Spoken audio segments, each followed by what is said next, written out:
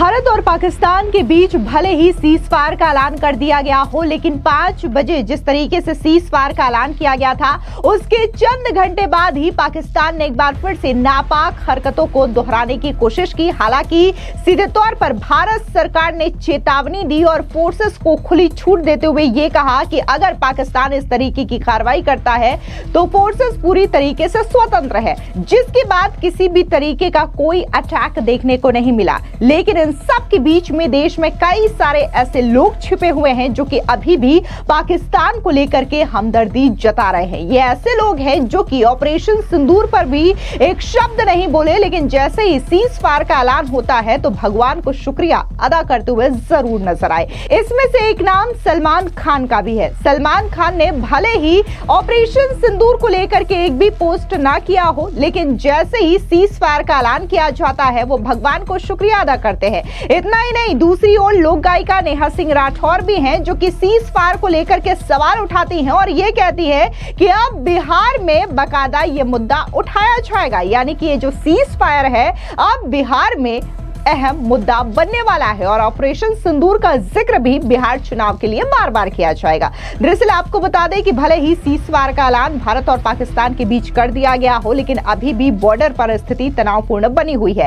ऐसे में सलमान खान ने हमले के दौरान कोई भी पोस्ट शेयर नहीं किया था। न सिर्फ सलमान खान बल्कि बॉलीवुड के जो दिग्गज खान हैं, फिर चाहे वो सलमान खान हो, शाहरुख खान हो, आमिर खान हो, सैफ अली खान हो, ऐसे कई सारे एक्टर्स जिन्होंने ऑपरेशन सिंदूर को लेकर के, हमारी इंडियन आर्म फोर्स को लेकर के एक भी पोस्ट शेयर नहीं किया था। लेकिन जब सीज फायर होता है तो सलमान खान जो हैं फौरन रिएक्शन देते हैं और उन्होंने सीज फायर के लिए भगवान को शुक्रिया अदा किया। हालांकि पाकिस्तान सीज फायर के बाद भी चैन से नहीं रहा और कुछ वक्त के बाद दोबारा से भारत पर हमला करना शुरू कर दिया, जिसके बाद से एक्टर ने अपना post social media site x से डिलीट कर दिया। अब जैसे उन्होंने पोस्ट किया वो जनता के निशाने पर आ गए। सीधे तौर पर लोगों ने यह कहा कि सलमान खान हो या फिर शाहरुख खान, आमिर खान, बॉलीवुड का कोई भी एक्टर हो, वो सिर्फ और सिर्फ देशभक्ति पर फिल्में ही बना सकते हैं, लेकिन रियल लाइफ में उनकी देशभक्ति सिर्फ और सिर्फ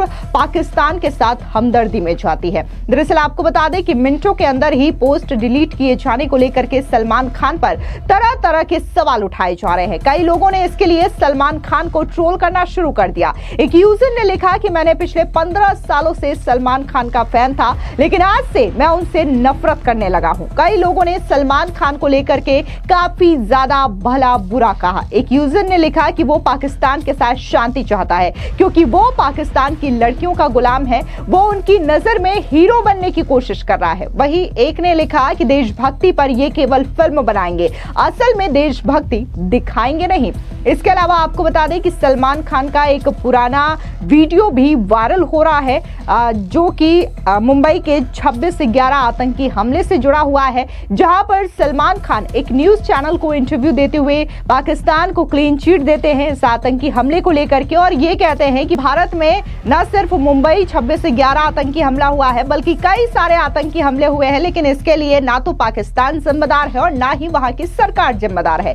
इसके लिए हमारे सिक्योरिटी जिम्मेदार है और देश के अंदर रह रहे लोग ही जिम्मेदार है। तो सलमान खान का यह पुराना बयान एक बार फिर से वायरल होने लगा है और अब सलमान खान हिंदुस्तान में रहते हैं, भले ही देशभक्ति वाली फिल्में बनाते हैं, लेकिन अब रियल लाइफ में उनकी देशभक्ति को लेकर के लोग सवाल उठाना शुरू कर चुके हैं। वहीं अगर दूसरी ओर बात करें अक्सर विवादों में रहने वाली लोक गायिका नेहा सिंह राठौर की, तो वो सीज फायर के बीच में बिहार चुनाव को लेकर के आ गई हैं। असल में जब भारत और पाकिस्तान के बीच सीज फायर को लेकर के समझौते की जानकारी सामने आई तो उसको लेकर के लोक गायिका नेहा सिंह राठौर ने सोशल मीडिया पर एक पोस्ट किया। इस पोस्ट के जरिए नेहा सिंह राठौर ने इशारों ही इशारों में बीजेपी सरकार पर कटाक्ष किया।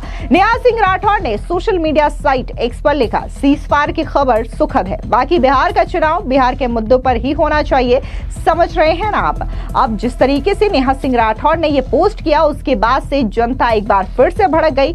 जनता का साफ तौर से कहना है कि ये सिर्फ और सिर्फ चुनावी गिद्ध है, जिन्हें हर समय पर सिर्फ और सिर्फ चुनाव नजर आते हैं। फिर चाहे वो पुलवामा का अटैक हो, पहलगाम का अटैक हो, या फिर पहलगाम अटैक के बाद जिस तरीके से भारत ने जवाबी कार्रवाई करते हुए ऑपरेशन सिंदूर के जरिए पाकिस्तान के 9 आतंकी ठिकानों को तबाह किया, इसमें भी नेहा सिंह राठौड़ जैसे चंद लोगों को सिर्फ और सिर्फ चुनाव ही नजर आता है। तो वहीं कुछ लोगों का यह भी कहना है कि जब इतनी ही तुम्हें हमदर्दी है भारत को लेकर के, जब इसी तरीके की बातें करनी है, तो तुम्हें भी पाकिस्तान भेज देना चाहिए। आपको बता दें कि पिछले काफी दिनों से नेहा सिंह राठौड़ जो है लगातार सुर्खियों में बनी हुई हैं, लगातार वो ट्रोल हो रही हैं, जनता उनके खिलाफ भड़क रही है। इसके बावजूद नेहा सिंह राठौड़ अपनी हरकतों से बाज नहीं आ रही हैं। पहले तो पहलगाम आतंकी हमले को लेकर के वो वीडियो पोस्ट करती हैं, सरकार और सेना पर सवाल खड़े करती हैं, जिसका फायदा पाकिस्तानी मीडिया उठाती है और इस वीडियो को अपना हथियार बना करके उल्टा भारत के खिलाफ प्रोपेगेंडा फैलाती है। हालांकि इस मामले को लेकर के नेहा सिंह राठौड़ पर कई सारे केसेस अलग अलग जगहों पर दर्ज हुए, खास तौर से देशद्रोह के तहत मुकदमा दर्ज किया गया, जिसके बाद युद्ध की जब नौबत आती है तो यही नेहा सिंह राठौड़ ये कहती हैं कि युद्ध नहीं होना चाहिए। और अब जब सीज फायर हो जाता है तो यही नेहा सिंह राठौड़ एक बार फिर आती हैं और ये कहती हैं कि सीज फायर तो हो गया है, बाकी बिहार का चुनाव बिहार के मुद्दों पर ही होना चाहिए। ऐसे में सीज फायर को लेकर के क्या कुछ डिफेंस एक्सपर्ट संजय कुलकर्णी का कहना है, सुनिए उनका ये बयान। देखिए, पाकिस्तान पे विश्वास करना नामुमकिन है। पाकिस्तान हर हमेशा इस तरीके से विश्वासघात करता आया है और करता रहेगा। पाकिस्तान के ऊपर हम विश्वास नहीं कर सकते, हमने हर हमेशा सतर्क रहना है। आप समझ सकते हैं कि दोनों देशों के बीच में एक स्टॉपेज ऑफ फायर, मैं ये नहीं कहूँगा cease fire, stoppage of fire का जो तकरीबन 5 बजे शुरुआत हुई, चंद एक घंटों के अंदर ही उसका उल्लंघन हो गया। आपने देखा कि किस प्रकार से LOC के ऊपर फायरिंग, किस प्रकार से अपने ड्रोन्स का दिखना, यही नहीं कि सिर्फ कश्मीर घाटी में हुआ या जम्मू में हुआ, राजस्थान में भी हुआ, गुजरात में भी हुआ। तो ये साफ दर्शाता है कि पाकिस्तान के ऊपर विश्वास नहीं किया जा सकता। हमें सतर्क रहना होगा और पाकिस्तान के साथ सख्ताई से ही पेश आना होगा। सर, जैसे देखा जाए पाकिस्तान द्वारा बहुत ज़्यादा ड्रोन अटैक किए जा रहे हैं, तो माना जा रहा है कि चीन द्वारा ही निर्मित था और चीन से ही लिए गए, तो इसमें कैसी पाबंदी रहा? देखिए, इस लड़ाई कहें या कॉन्फ्लिक्ट कहें, इस पे एक बात तो साफ जाहिर हो गई कि पाकिस्तान तकरीबन पिछले चंद एक सालों से चीन का मिलिट्री इक्विपमेंट इस्तेमाल कर रहा है और तकरीबन 60 से 70% सामान जो पाकिस्तान के पास है वो चीन का बनाया हुआ है। तो चीन तो किसी युद्ध में गया नहीं है, चीन ने लड़ाई लड़ी नहीं है और 65 की लड़ाई में भी, 71 की लड़ाई में भी, 99 में भी पाकिस्तान अमेरिका का इक्विपमेंट इस्तेमाल करता था। तो इस बार जिस प्रकार से चीन का उन्होंने ड्रोन या बाकी इक्विपमेंट, एयर डिफेंस का इक्विपमेंट जो चीन से लिया उसको इस्तेमाल किया, आपने देखा कि वो नाकामयाब रहा और उसको देख करके पाकिस्तान जो है अब मुझे लगता है दोबारा अमेरिका की गोदी में जाके भी बैठेगा और चीन के साथ भी कहेगा कि हमारी तो इनके साथ दोस्ती जो है वो हिमालय से ऊंची है, समंदर से गहरी है, शहद से मीठी है। लेकिन अब पाकिस्तान दोहरी नीति अपनाएगा। पाकिस्तान अब अमेरिका से भी पैसे लेगा, चीन के साथ भी दोस्ती रखेगा, भारत के ऊपर दबाव भी बना रखेगा। तो हमें बहुत ज़रूरी है कि पाकिस्तान को अब हमें सख्ताई से ही निपटाना होगा और चीन का जो इक्विपमेंट है वो फेल हो गया। ये IMF का फंड जो है उसमें अमेरिका का हाथ है। अमेरिका ने सोचा होगा कि शायद अगर पाकिस्तान को इस तरीके से सवेरे $1 बिलियन का अगर उसको एड दिया जाए या फंड जो IMF का रिलीज़ किया जाए तो पाकिस्तान जो है उसको सुनेगा।